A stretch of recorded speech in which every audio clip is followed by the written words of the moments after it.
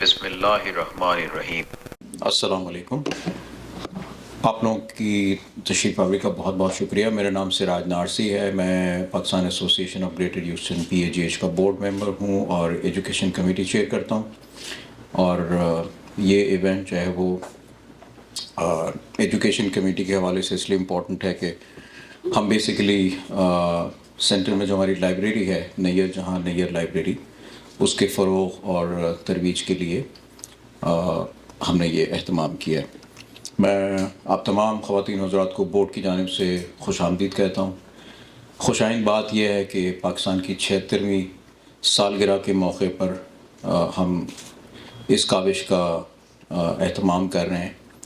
ہماری اس وقت سوچ یہ ہے کہ ادب کے حوالے سے اس طرح کی تقریب ہم ہر مہینے کر پائیں تو اس سے جو لائبریری ہے اس کو بھی فروغ ملتا ہے اور ایک ادبی میل جول ہمارے کمیونٹی کے اندر تھوڑا سا بڑھتا ہے اور پاکستان سینٹر کے اندر تھوڑی چہل پہل ہو جائے گی۔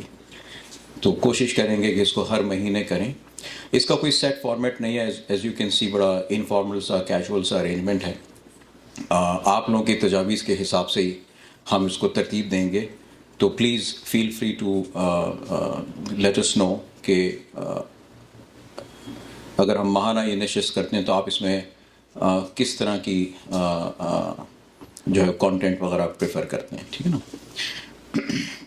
میں چونکہ لائبریری کے قیام کے بعد یہ پہلی تقریب ہے، حالانکہ لائبریری پچھلے سال قائم ہوئی تھی، تو I would take this opportunity to give my appreciations to on behalf of the board Nayyar Jahan Nayyar صاحبہ، جنہوں نے اپنا بیش قیمت خزانہ کتابوں کا جو ہے وہ PAGH کو سونپا، PAGH کو اس قابل سمجھا کہ اس پہ اعتماد کیا جائے۔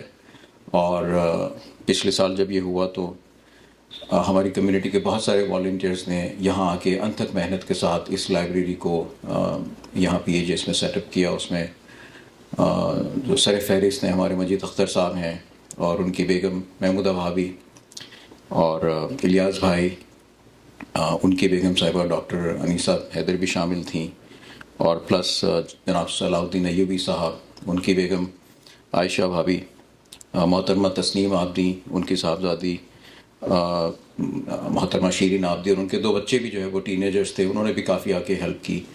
محترمہ ڈاکٹر یاسمین آبدی بھی ہمارے ساتھ شامل تھیں اس کار خیر میں، اور ڈاکٹر خالد رضوی نے بھی بڑا امپورٹنٹ رول پلے کیا۔ تو ان تمام خواتین و حضرات کا میں بورڈ کی جانب سے بڑا مشکور ہوں، شکریہ ادا کرتا ہوں۔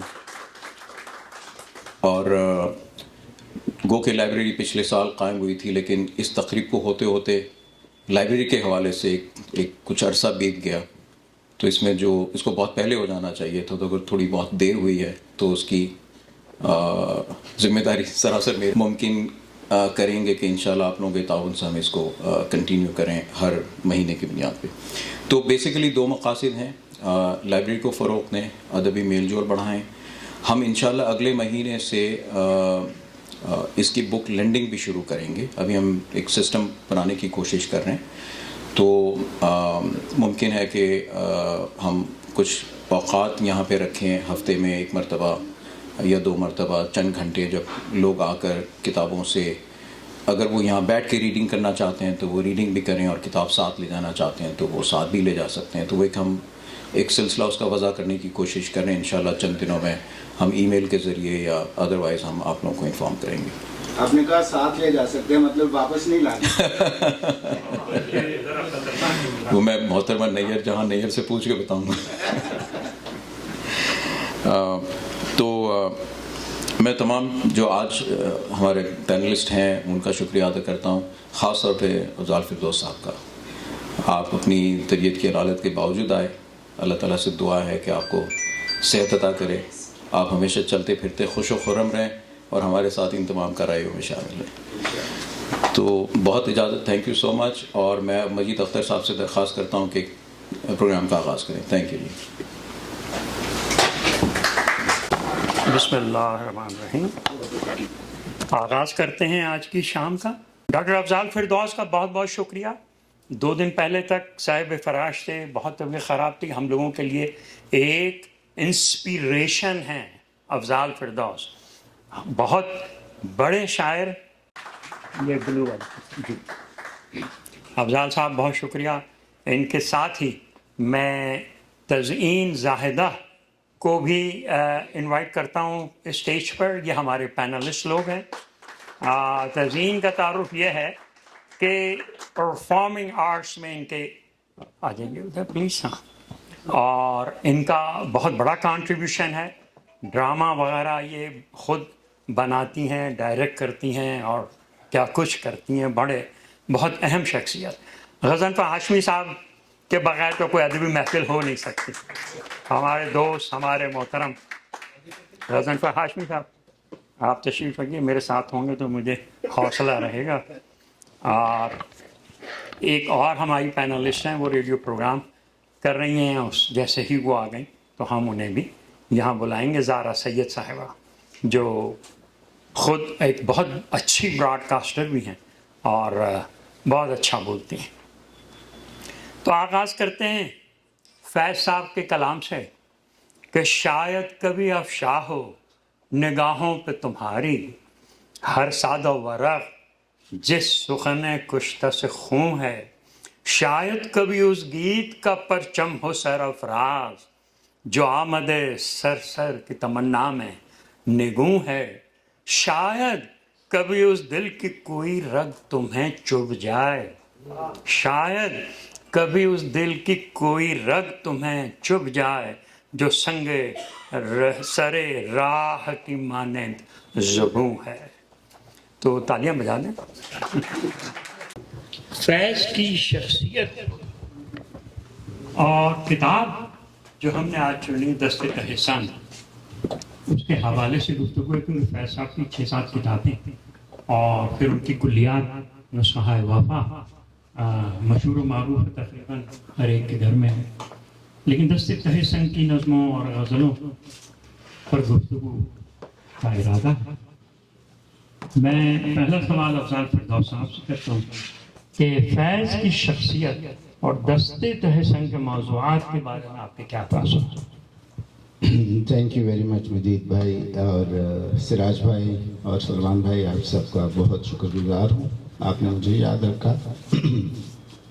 آواز تھوڑی سی کمزور ہے، بدن کمزور، لیکن روح مستعد ہے. مسئلہ تھا PAGH کا جو میرے دل کے بہت قریب ہے. دوسرا مسئلہ فیض کا تھا جو مجھے یہ شرف حاصل ہے کہ میں بھی اسی گاؤں سے ہوں، اسی شہر سے ہوں جہاں سے فیض تھے.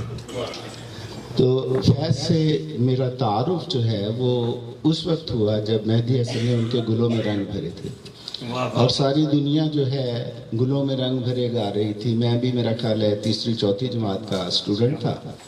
تو میں اور میرا دوست ہم صبح کی اسمبلی کرواتے تھے اور اس کے بعد ہم یہ بھی گاتے تھے، گلوں میں رنگ بھرے باد نوبہار چلے. فیض کا تعلق سیالکوٹ کے گاؤں کالا قادر سے ہے. میرا تعلق دوسرے گاؤں جان کے چیمہ سے ہے. اور سیالکوٹ کی تھوڑی سی بات کرتا ہوں کہ سیالکوٹ ہمالیہ کی گود میں ہے اور کشمیر کی وادی ہے اور اس میں 3 دریا آ کر بہتے ہیں اس کے پاس سے. ایک تو دریائے چناب جو بڑا دریا ہے، اور پھر ایک طرف سے توی اخنور آتی ہے، ایک طرف سے توی بجوات آتی ہے، جس کا مطلب یہ ہے کہ سیالکوٹ کی مٹی بہت زرخیز ہے اور دھان کے، کپاس کے، گنے کے، گندم کے کھیت میلوں تک نظر آتے ہیں. اسی مٹی کا جو ہے پیداوار میں ہوں اور وہی مٹی جو ہے مجھے ممتاز کیے ہوئے ہے اور وہی مٹی ہے جس سے فیض اور اقبال نے جنم لیا. اس بات کا مجھے بہت فخر ہے. فیض صاحب سے ملنے کا شرف مجھے حاصل ہے کیونکہ میں 6ٹھی جماعت کے بعد لاہور آ گیا اور ان سے ملاقاتیں ہوئیں. سب سے پہلی بات جو فیض کی شخصیت کی ہے وہ یہ ہے کہ ان کے ہاتھ بڑے نرم تھے اور پوری شخصیت بہت نرم تھی. نرم اور ملائم شخصیت تھی.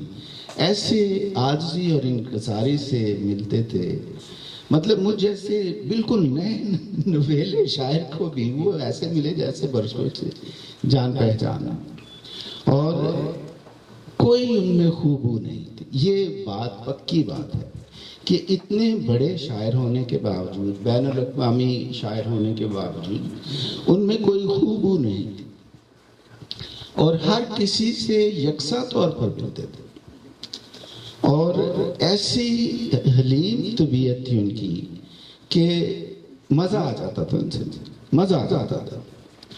ایک جو آخری ملاقات تھی ان سے وہ بڑی تکلیف دہ تھی کہ ان کی ملاقات سے، ان کی ڈیتھ سے کوئی ایک ہفتہ پہلے میں نے ان کو ایک تقریب میں دیکھا تو مجھے جب میں نے ان سے ہاتھ ملایا تو دیکھا کہ ان کی آنکھوں میں وہ روشنی نہیں ہے جو ساری عمر ان کی آنکھوں میں تھی. ان کی آنکھیں بہت موٹی اور بہت روشن تھی، ماتھا بڑا تھا، چہرہ بڑا تھا، میری طرح کا چھوٹا تھا لیکن شخصیت بہت بڑی تھی. تو میں نے اپنے مرشد سیف الدین صاحب سے کہا کہ آپ کو بھی ان سے ملے ہوئے بہت برس ہو گئے ہیں تو چلیے فیض صاحب سے مل لیتے ہیں. جب ہم گئے تو اے حمید وہاں بیٹھے تھے اور ایلس فیض تھی اور ایک دو شخصیتیں اور تھیں. ایک صاحب تھے جو ان کے ساتھ ایسے جیسے میری آپ کی نشست ہے، فیض کے ساتھ جو بیٹھے تھے انہوں نے اپنی نشست مجھے دے دی اور خود جا کے زمین پہ بیٹھ گئے. تو سیف صاحب نے جو میرے بارے میں کلمات کہے اس نے میرا قد بود اتنا بڑھا دیا کہ مجھے یہ اعزاز حاصل ہو گیا کہ میں فیض صاحب کے بالکل ساتھ بیٹھ کر ان سے ایسے بات کر رہا ہوں جیسے آپ سے. اور بڑے ہی شفیق نکلے وہ، بہت شفیق. اور انہوں نے مجھے کہا کہ میں شام کو فارغ ہوتا ہوں، روز آیا کرو میرے پاس. یہ ہو نہ سکا کیونکہ اس کے ایک ہفتے کے بعد، ان دنوں میں اپنی بہن کی شادی میں مصروف تھا، ایک ہفتے کے بعد ان کی ڈیتھ ہو گئی. لیکن جو نقش انہوں نے مجھ پر اور آنے والی نسلوں پر چھوڑا ہے وہ انمٹ اور ہمارے ابھی اتنا ہی کافی. بہت خوبصورت، کیا کہنے کہ آپ نے فیض صاحب کی صحبت اٹھائی. فیض 20ویں صدی کا ایسا ترقی پسند شاعر ہے جس کی ایک ہتھیلی پر رومانیت کا چراغ پروز ہے تو دوسری ہتھیلی پر سماجیت کی مشعل جل رہی. فیض کا غم جانا اور غم دوراں دونوں ساتھ ساتھ چلتے ہیں اور میرا خیال ہے، میرا ذاتی خیال ہے اور اکثر لوگ اس سے متفق ہیں ادب کی دنیا کے، کہ یہی کمال ہے، کہ فیض کا یہی کمال ہے کہ بہت خوش بھی نہیں ہوئے، سخت انقلابی تھے، سخت کمیونسٹ، لیکن بہت خوش بھی نہیں ہوئے. اور یہ دونوں دھارے ساتھ ساتھ چل رہے ہیں، انقلابیت بھی اور رومانیت بھی. تو کہ یہ خون کی مہک ہے کہ لب یار کی خوشبو، یہ خون کی مہک ہے کہ لب یار کی خوشبو کس راہ سے، کس راہ کی جانب سے صدا آتی ہے دیکھو. یہ خون کی مہک ہے کہ لب یار کی خوشبو کس راہ کی جانب سے صدا آتی ہے دیکھو. گلشن میں بہار آئی کہ زندہ ہوا آباد. یہ دونوں ایک ایک مصرے میں دونوں چیزیں ہیں کہ گلشن میں بہار آئی کہ زندہ ہوا آباد، کس سمت سے نغموں کی صدا آتی ہے دیکھو.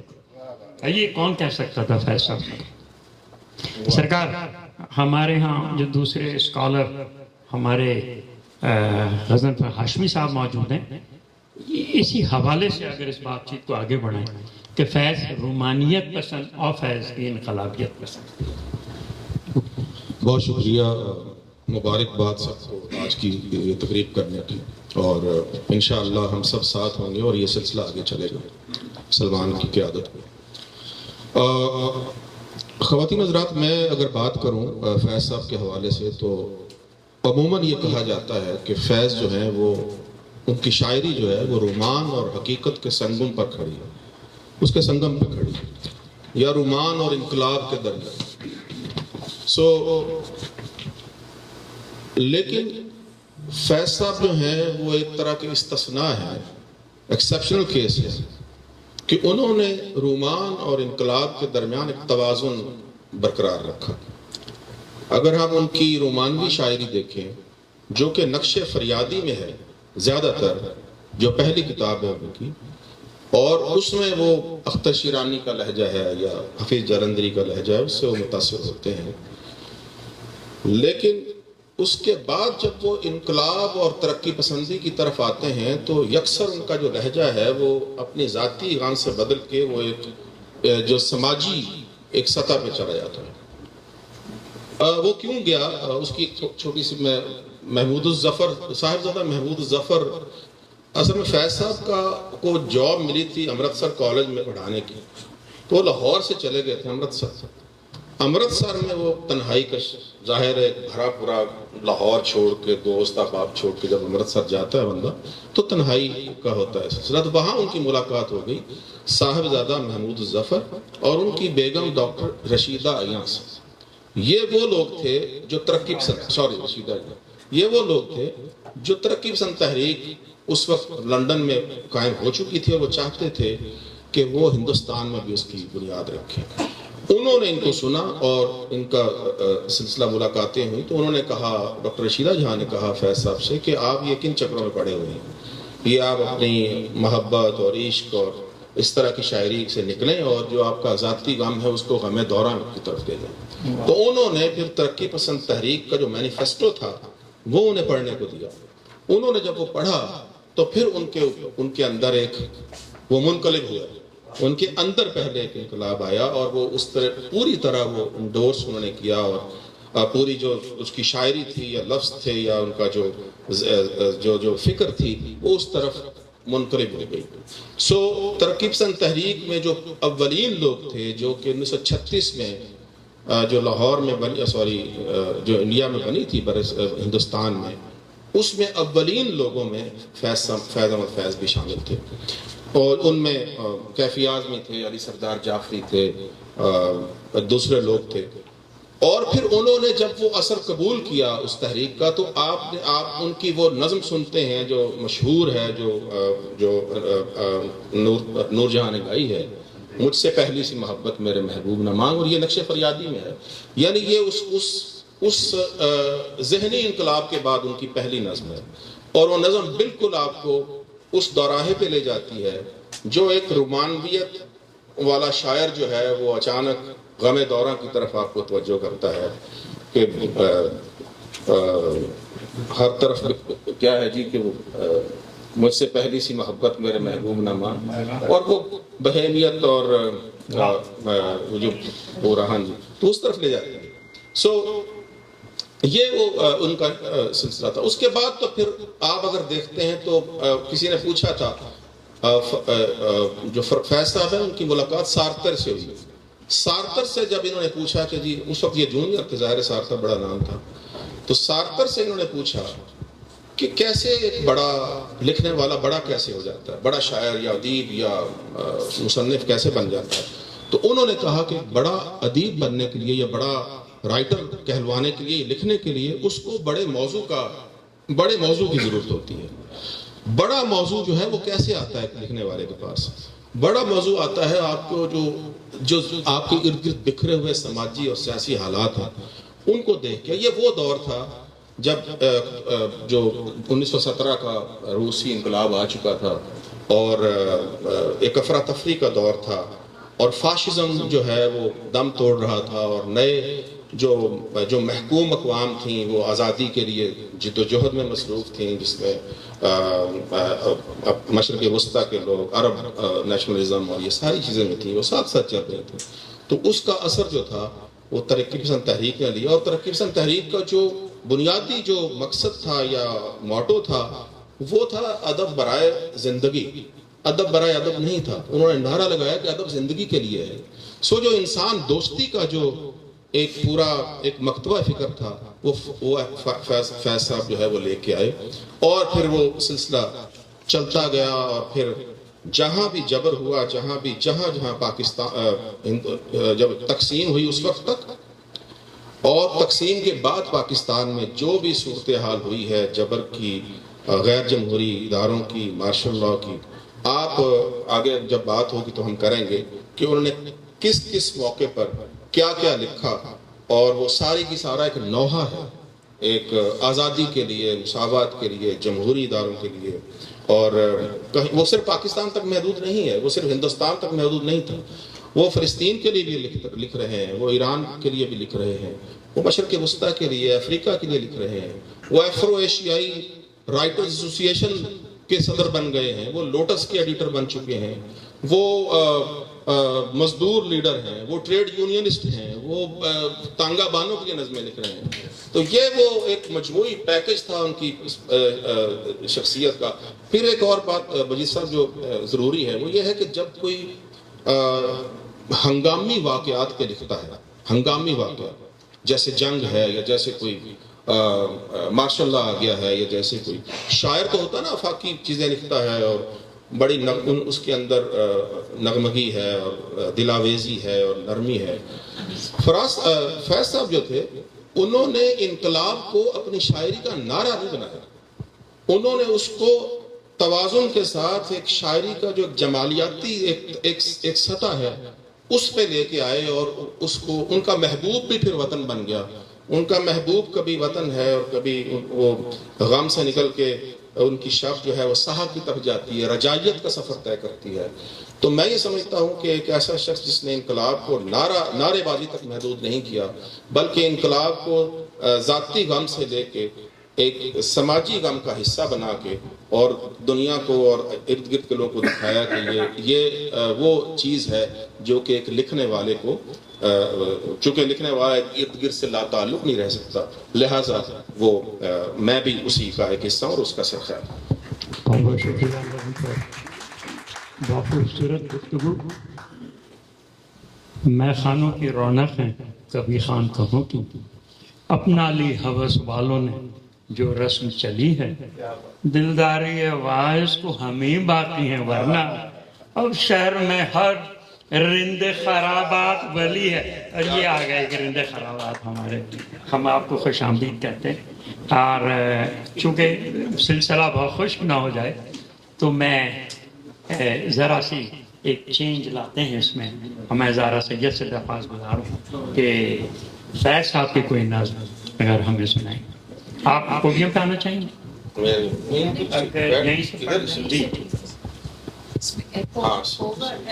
Hello check hello.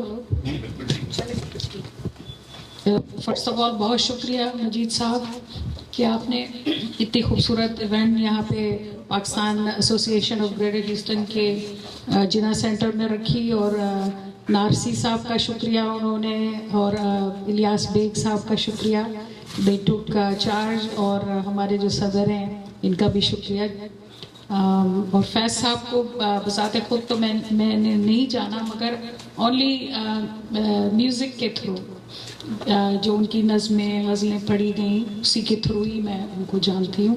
باقی یہ مجھے پتا ہے کہ وہ انقلابی شخصیت تھے اور جلا وطنی انہوں نے کاٹی، تو بیروت میں وہ رہتے تھے، اور میری ایک عزیزہ ہیں جو اسی بلڈنگ میں ان کے ساتھ رہتے تھے، تو ان کی ریلیشن شپ، ان کی وائف، بچوں کے ساتھ یہ سب مجھے بتایا کرتی تھی وہ کہ کیا کھانے میں پسند ہے فیض صاحب کو، اس طرح کی باتیں۔ مگر یہ جو اس وقت میں آپ کو نظم سناؤں گی، اوریجنلی نیرہ نور نے اسے پڑھا تھا اور اس کی بہت خوبصورت موسیقی ترتیب دی تھی، ارشد محمود موسیقار تھے۔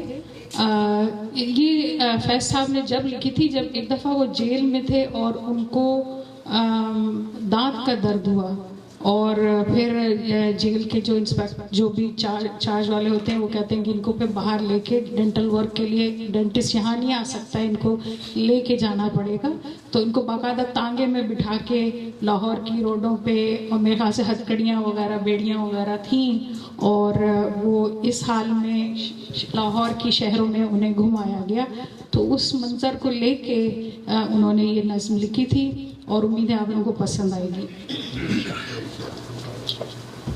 آج بازار میں پا بجولا چلو، آج بازار میں